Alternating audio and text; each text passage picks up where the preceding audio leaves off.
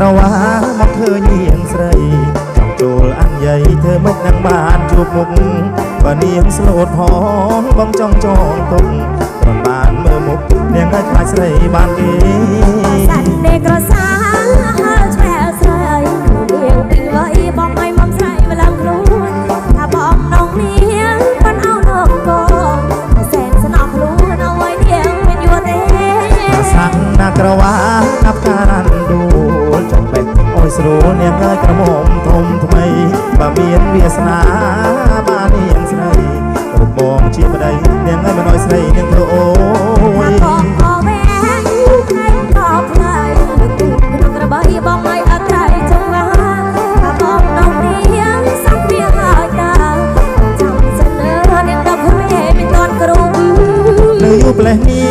ងវាខូចវេលាចាស់ហើយមិនយកទេនឹងយកអាយុ6តនប់បើនាងមិនឈប់កុំបែកកាច់កិនចាប់បាក់ទុយក្បិនចាំមើលនឹងអបឲ្យលាស់ដៃ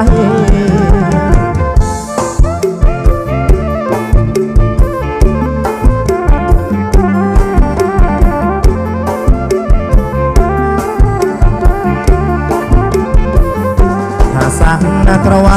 មកឃើញនាងស្រីចង់ចូលអញ្ញៃធ្វើមិននឹងបានជួបមុខ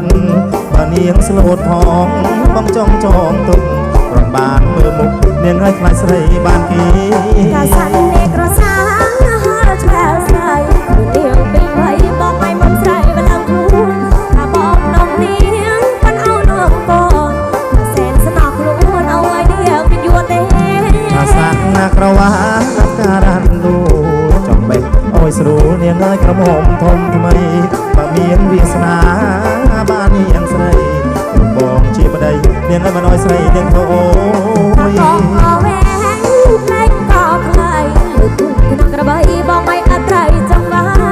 ថាបងនងនាងសាប់វាហើយតាចាំសិននាងដល់ព្រេមិនតន់គ្រូនៅយូផ្លេះនាងវាខូចវេលាចាស់ហើយមិនយកទេនឹងយកអាយុ6តនប់